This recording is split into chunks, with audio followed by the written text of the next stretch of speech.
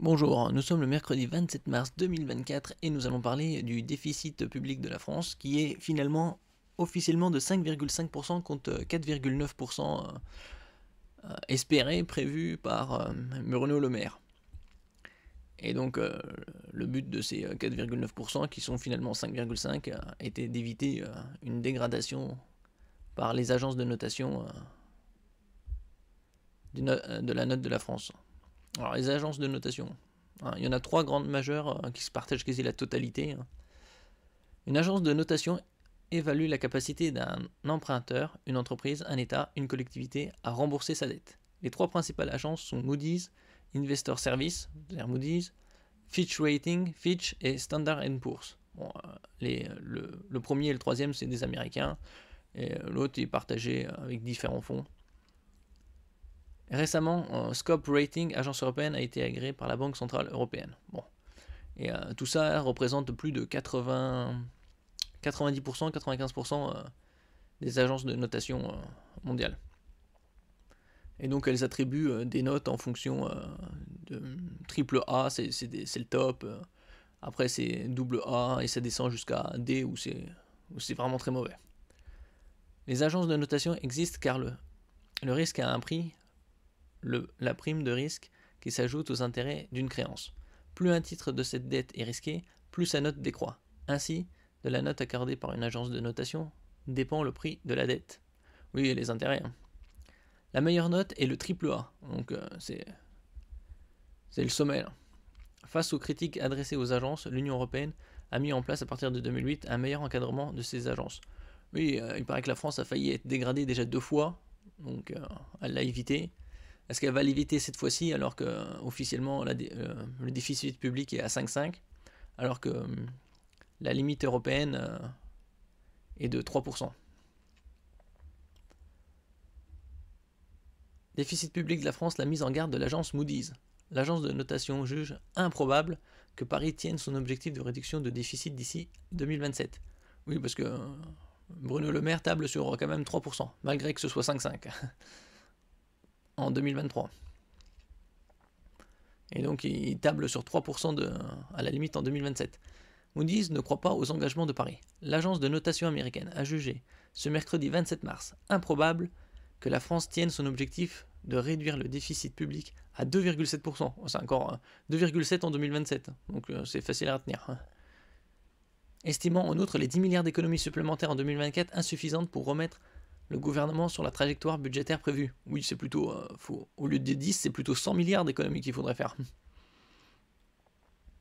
Mais comme ils ont dépensé depuis 2017 plus de 1000 milliards, ils ont augmenté la dette nationale de 50% environ. L'annonce d'un dérapage du déficit à 5,5% du PIB, produit intérieur brut, en 2023, rend improbable la tenue par le gouvernement de son objectif de réduire le déficit à 2,7% du PIB d'ici à 2027, tel qu'il le prévoit dans son plan budgétaire à moyen terme présenté en septembre, écrit Moody's dans un communiqué, précisant que celui-ci n'est pas un avis de notation à proprement parler. Bah déjà, s'ils arrêtaient de gaspiller autant de thunes, il n'y aura pas besoin de respecter les 3% parce qu'on serait largement en dessous des 3% de déficit. Mais plus ils ont de thunes, plus c'est gaspillé. Alors ils disent on va pas augmenter les impôts. À chaque fois qu'il y a des problèmes de déficit, c'est augmenter toujours les impôts.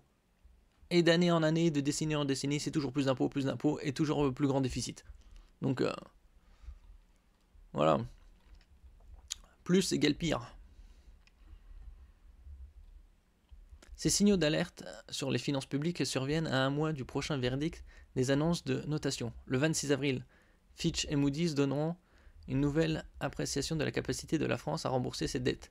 Oui, il y aura le 26, ça devrait être Fitch ou Moody's, et le 31 mai, l'une ou l'autre. Bon, de toute façon, d'ici un mois, quoi. 1 à 2 mois. Une dégradation de la note française pourrait renchérir le coût de ses emprunts et gréver encore un peu plus les finances publiques. Déjà qu'on est très mal parti, alors s'il dégrade la note, ce qui est vraiment très probable, parce que passer de 4,9 objectif de déficit public à 5,5, c'est quand même une marge conséquente. Des recettes plus faibles que prévu. L'INSEE, Institut national de la statistique et des études économiques, a indiqué mardi que le déficit à 5,5 du PIB en 2023 avait dépassé de 15,8 milliards d'euros et de 0,6 points de pourcentage. Oui, sauf que c'était plus que 15,8, c'était 28,2. Hein.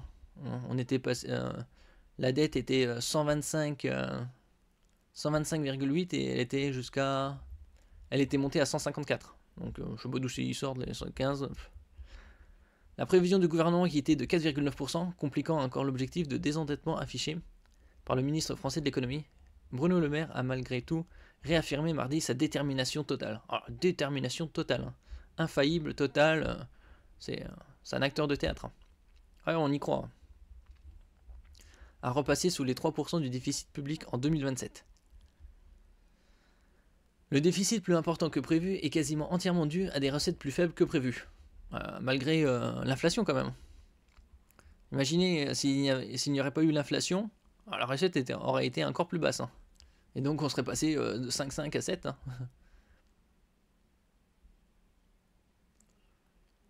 Ce déficit plus élevé souligne les risques inhérents à la stratégie budgétaire à moyen terme du gouvernement qui se base sur des hypothèses économiques et de recettes optimistes. Ah oui, très optimistes puisque la croissance en 2024 est devait être de 1,4%. Il y a quelques semaines, il y a un mois, un peu environ, il l'a revu à 1%. Et même là, 1%, beaucoup d'économistes jugent que c'est très optimiste et que ce serait plutôt 0,8, 0,5 s'il y a de la croissance. Par ailleurs, Moody's juge improbable que le gouvernement tienne son objectif d'un déficit de 4,4 cette année, malgré les économies du budget 2024 et les coupes supplémentaires annoncées. Réduire le déficit d'un point de pourcentage en un an, hors circonstances exceptionnelles liées au Covid, n'a été fait qu'une seule fois depuis 2020, rappelle l'agence. Non, une seule fois en un quart de siècle. Moody's s'attend également à ce que le niveau de la dette publique remonte lentement à partir de 2024, exposant le pays à des coûts liés aux intérêts jamais vus en plus de 20 ans. Avec des génies en tandem, Emmanuel Macron et